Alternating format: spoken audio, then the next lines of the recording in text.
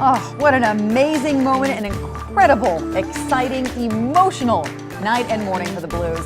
Good morning, everyone. It is Thursday, June 13th. I'm Jen Sullivan. And what a great day it is to be in St. Louis. I am Kelly Jackson, and for Rene Knott, who is in Boston. We've got our Stanley Cup champ swag out already. Look at those. The St. Louis Post-Dispatch, just 3 words. We did it.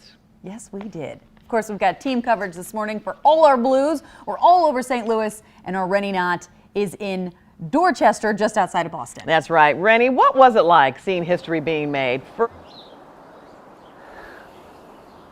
You know what? It was incredible to see. Frank Cusumano's to my right. I'm going to get to Frank in just a little bit here, but for Frank, this is a lifetime in the making. You've waited your entire life to see a moment like this. A lot of people were emotional last night. I got emotional. I've only been in St. Louis since 2004. But one thing I noticed during your interviews last night, your voice kept cracking. It was in your heart. Especially, you know, when you were talking to like Bob Plager, who I grew up, watching playing hockey. And when I asked him about his brother Barkley, who he lost, he admitted he was thinking about him when he saw that Stanley Cup being hoisted, because this is what those two dreamed about and tried 3 times in the Stanley Cup final. And, it was so much about family, Rennie. It really was. I mean, Ryan O'Reilly, whose dad made him a player. Zach Sanford, whose dad passed away during training camp, and him thinking about him at that precise moment when he held the cup in his hand. How about Pat Maroon and his son, Anthony, being able to share that moment? And how many of us get to share the moment, our best moment in our lives with, our son? Oh, it was powerful. We're going to toss it right now to our Abby Larico, who's been chasing the cup all over the city of St. Louis. She's standing by live at the Enterprise Center. Good morning, Abby. Hey, good morning, guys. And I am right in the middle of a lot of fans happening right here because the guys are coming out. Tuzo coming out here. They are literally leaving the Enterprise Center in small groups right now. We're kind of trying to keep our eyes on. Looks like it was Steen in there, leaving that car right now.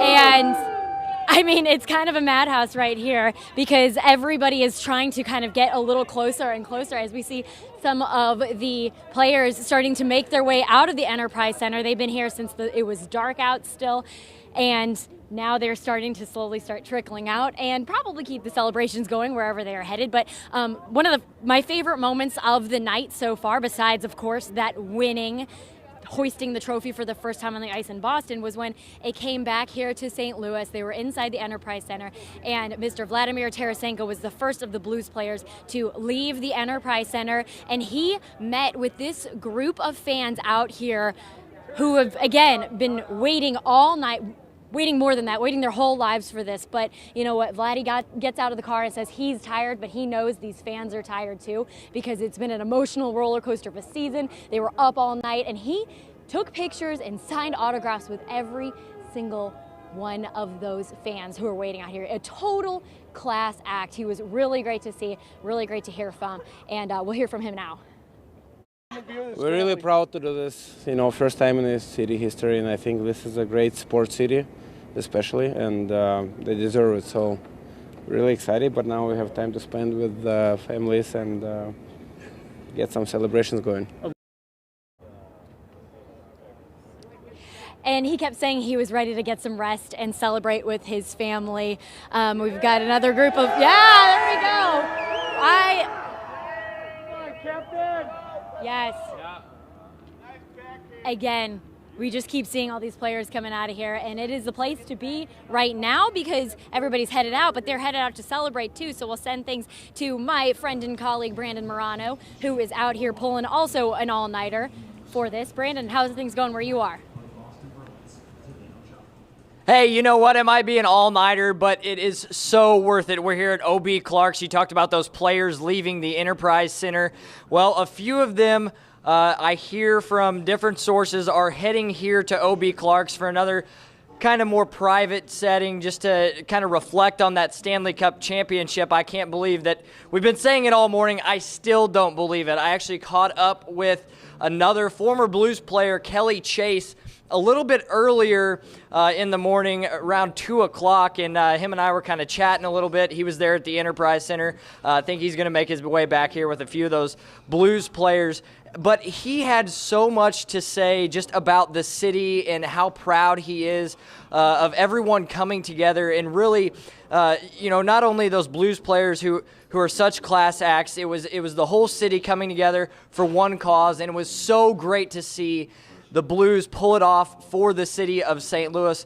And this is what Kelly Chase had to say about Alexander Steen FaceTiming him after they won the Stanley Cup from the locker room. I got a call from Hully right after it happened. Alex Steen FaceTimed me from the locker room. I just said, I want to see the cup because I want to make sure it's real. It's really in the room. And he said it. He goes, buddy, it's real. And the guys were having a great time. And I'll tell you what, Kelly, hey, buddy, we did it. And now I want to send things over to the Enterprise Center where our reporter Aaron O'Neill Hayes is live with the aftermath of the celebration downtown. Aaron, what are you seeing out there? Thanks, Brandon. Well, take a look behind me. You would never know there was a Stanley Cup celebration here late last night. Now, that was not the case after Game 6. Take a look at this video. Some of you may remember the scene. Pizza boxes, soda cans, piles of trash left behind by the tens of thousands of people who were downtown. That meant lots of trash in the streets and on the sidewalks. But by the next morning, it was all cleaned up. Now, the next celebration will be the Victory Parade. We're told that will happen Saturday afternoon. We do not have an exact time confirmed yet, but as soon as we do, we will let you know. Reporting live in downtown St. Louis, Aaron O'Neill Hayes, 5 on your side.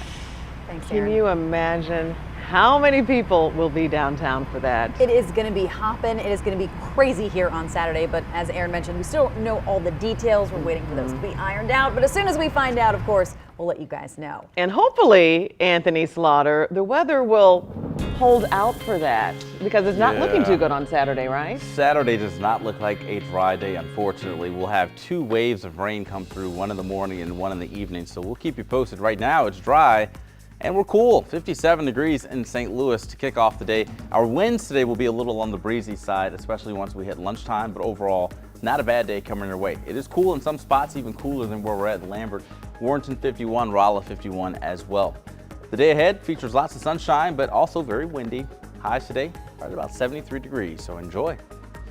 All right, let's switch gears and talk about traffic real quick. If you got to head out the door, still got to get to work. Here's a look at 270 as you pass the Tesson Ferry exit. You see northbound lanes going away from us, doing all right there through that stretch. And same deal once you get a little farther north at Doherty Ferry. Not so bad. This is actually one of our trouble spots for you South County drivers, but this morning moving right along. No crashes to report as we speak, but I'll keep you posted as we go through the morning. For now, Kelly and Jen, back to you. All right, thanks, Anthony. The Stanley Cup and Blues players may be back in St. Louis, but in Boston, Blues fever is still going strong this morning, Kelly. Yeah, our Stanley Cup coverage continues with Rene and sports director Frank Cusumano, who has his pants on the right side this time. And they join us bright and early. They've been out all night covering the Blues. Good morning, you guys. I said it was a long day. It was a very long day. I don't know if you remember, this time yesterday I joined you guys live as I was getting onto an airplane to fly down here for Game 7. Well, now we're here. Well, since I've been here, I've had a debate with Frank about who has been the best player on the Blues throughout this entire stretch. I said Jordan Binnington made the biggest difference because, without him stopping those pucks, they would have been outscored. Frank differs with me on that, though. Well, yeah, it's Ryan O'Reilly, and I would hate to argue against Jordan Binnington on anything, but in this case, Riley slight edge. Last night, he joins Wayne Gretzky as the first guy to score a goal in 4 consecutive Stanley Cup final games. But I'll tell you what, Rennie, a lot of people thought the Blues won the Stanley Cup last night. No, they won it July 1st when Doug Armstrong made the trade to get Ryan O'Reilly. The guy's the first person on the ice every practice, the last person to leave. In fact, after practice ends, he usually conducts like a 35-minute, 45-minute practice for the rest of the team. Hardest worker, best guy, most character, and he, by the way, happens to be the leading point getter in the postseason. Oh, by the way. Yeah. Okay, all right. And he did. I'm still going with Binnington. I don't care what you say. I'm not going to argue against him, but I'm going with Ryan. Let me show you last night when Ryan O'Reilly received the Conn Smythe Trophy as the MVP for the playoffs. The guy, as Frank said, was tremendous. He really made that difference to help push this team that much further along because, yeah, you could shut somebody out, but unless you score goals, you're not going to win. But for O'Reilly, this wasn't just about him winning the Stanley Cup. There was also a moment for his family. As much their cup as mine. You know, I would not be here if it wasn't for, you know, my brother letting me come play with his buddies. You know, my dad, you know, growing up, still training with him and always kind of reevaluating. And then my mom, the athlete she is, and you know, the competitiveness I get from her. All these people here, you know, I wouldn't be here if it wasn't for them. I wouldn't have done this. So I can't wait to share this with them. As Ryan O'Reilly talking about his family, and I know for you, Frank, family is also a thing because you go to the games or went to the games at the beginning with your dad and with your family, and I'm sure this is a moment that everybody by the last name of Cusumano is really embracing. Yes. In fact, my two kids were texting me last night, or two of the three, the two boys, not good job on the air, but hey, can you bring back some souvenirs from Boston? And your pockets are empty, so you might want to get to work today. Yeah, I'm out. Now that your pants are run the right way, you can fill them up with some souvenirs.